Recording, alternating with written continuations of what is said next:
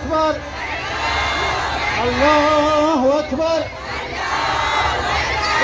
حسين شعار ماست شهادة افتخار ماست حسين شعار ماست شهادة افتخار. Rakyat Iran menyambut baik gencatan senjata yang berlaku antara Israel dan Iran pada Selasa 24 Juni kemarin. Bagi mereka, gencatan senjata ini adalah simbol kemenangan setelah perang berkecamuk selama 12 hari. Media pemerintah Iran Tasnim melaporkan ribuan orang membanjiri lapangan Enghelab di Teheran. Mereka memuji angkatan bersenjata yang telah berjuang melawan Israel dan Amerika Serikat. Dalam aksinya, warga membentangkan bendera sambil terus melontarkan kecaman kepada musuh. Presiden Iran Masoud Pezeshkian dalam keterangan resminya mengatakan bahwa rakyat harus bangga atas kemenangan yang dicapai. Menurutnya, Iran telah memaksa Israel untuk menerima gencatan senjata. Di sisi lain, Perdana Menteri Israel Benjamin Netanyahu juga mengklaim kemenangan atas Iran. Ia menyebut serangan terhadap fasilitas nuklir Iran adalah pencapaian bersejarah. Sementara itu, Presiden Amerika Serikat Donald Trump mengklaim gencatan senjata Israel dan Iran terwujud setelah ditengahi oleh negaranya.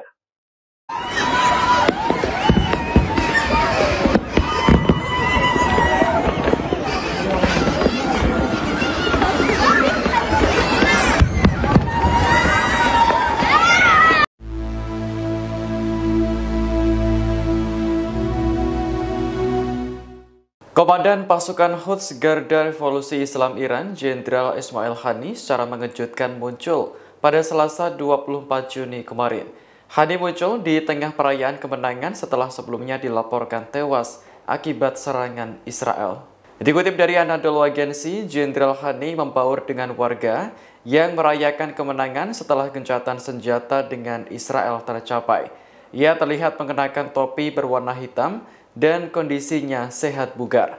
Video tersebut juga telah diunggah berbagai media lokal seperti Tasnim hingga Press TV. Kemunculan Jenderal Hani di tengah-tengah rakyat Iran sekaligus membantah laporan bahwa ia telah meninggal. Laporan tersebut bersumber dari surat kabar Amerika Serikat New York Times. Disebutkan bahwa Hani tewas akibat serangan Israel pada 13 Juni lalu. Ini bukan pertama kalinya media barat keliru membuat laporan soal tokoh-tokoh Iran yang tewas. Ali Shamkhani, penasihat utama pemimpin tertinggi Iran Ali Khamenei, yang disebut tewas nyatanya juga masih hidup. Ia kini sedang menjalani pemulihan setelah terluka parah akibat serangan Israel.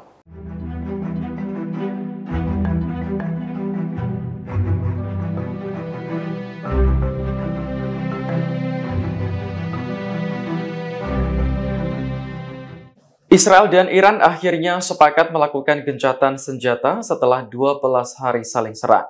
Namun Iran memperingatkan bakal memberi respons yang lebih keras jika Israel kembali menyerang negaranya.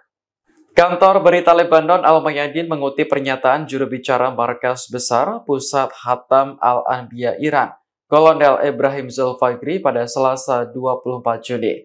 Ia menyinggung laporan soal adanya drone hingga pesawat tempur Israel yang mencoba kembali menyerang Iran.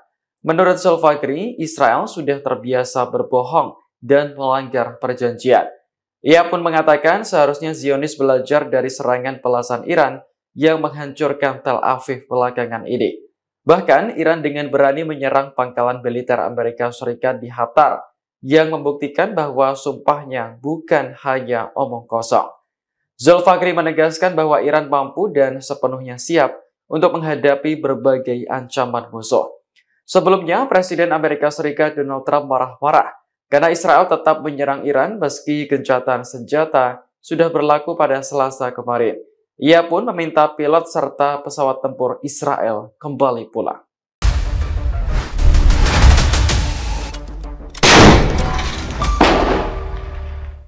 Israel masih terus melancarkan operasi di Gaza meski fokusnya sempat terpecah akibat perang melawan Iran.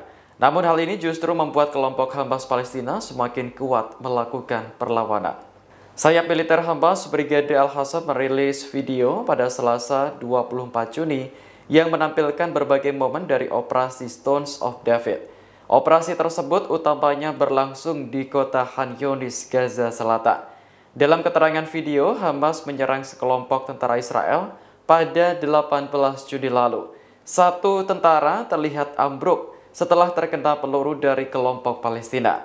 Melihat rekannya sekarat, tentara Israel lainnya langsung bergegas melakukan evakuasi. Insiden semacam ini juga terjadi pada 11 Juni, di mana pasukan Hamas menembaki sekelompok tentara Israel. Dalam video terlihat 4 tentara membuang benda dari atas balkon gedung. Beberapa saat kemudian Hamas melepaskan tembakan hingga membuat mereka kabur.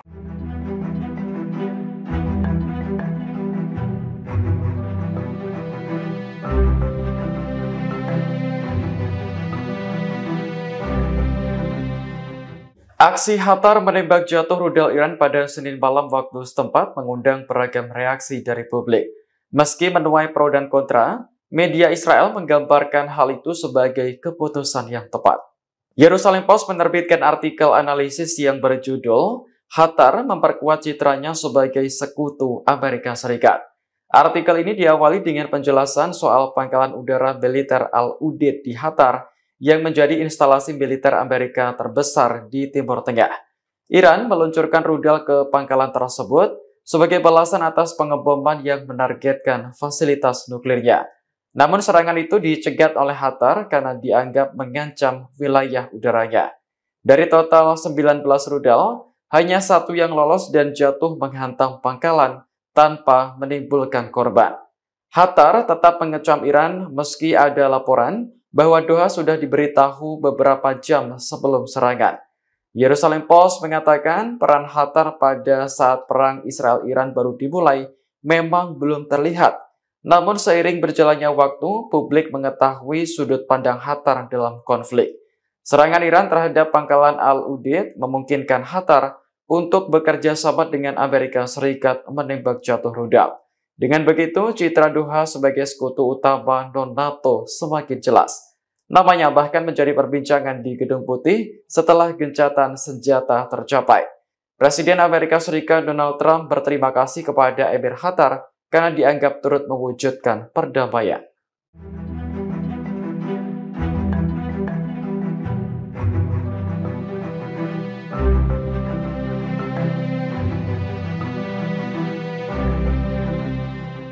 Meski hanya berlangsung selama 12 hari, perang antara Israel dan Iran telah menimbulkan kerusakan besar. Serangan rudal yang datang silih berganti menghancurkan sejumlah lokasi penting di Israel. Dikutip dari berbagai sumber, kota-kota besar Israel seperti Tel Aviv, Haifa, hingga Beersheba tak luput dari serangan. Rudal ada yang menghantam gedung Kementerian Pertahanan, kantor Microsoft, rumah sakit Soroka, hingga permukiman warga. Namun ada satu serangan yang dianggap paling sukses, yakni menghantam pusat sains Weizmann di Rehovot pada Minggu 15 Juni. Lembaga tersebut dikenal sebagai pusat teknologi militer Israel, kini hanya tersisa puing-puing. Ilmuwan hingga profesor mengeluh karena laboratoriumnya rusak, koleksi DNA langka hilang, dan pusat riset pengobatan berbasis AI hancur. Menurut laporan The Times of Israel, Iran telah menembakkan total 550 rudal dan 1.000 drone sejak perang dimulai. Total kerugian material yang diakibatkan dari serangan tersebut mencapai 1,47 miliar US dollar atau sekitar 239 triliun rupiah.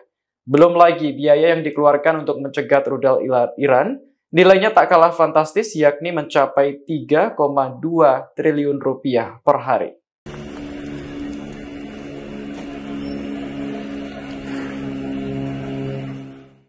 Iran mengklaim berhasil menyerang sejumlah target di Israel sesaat sebelum gencatan senjata dimulai pada Selasa 24 Juni kemarin.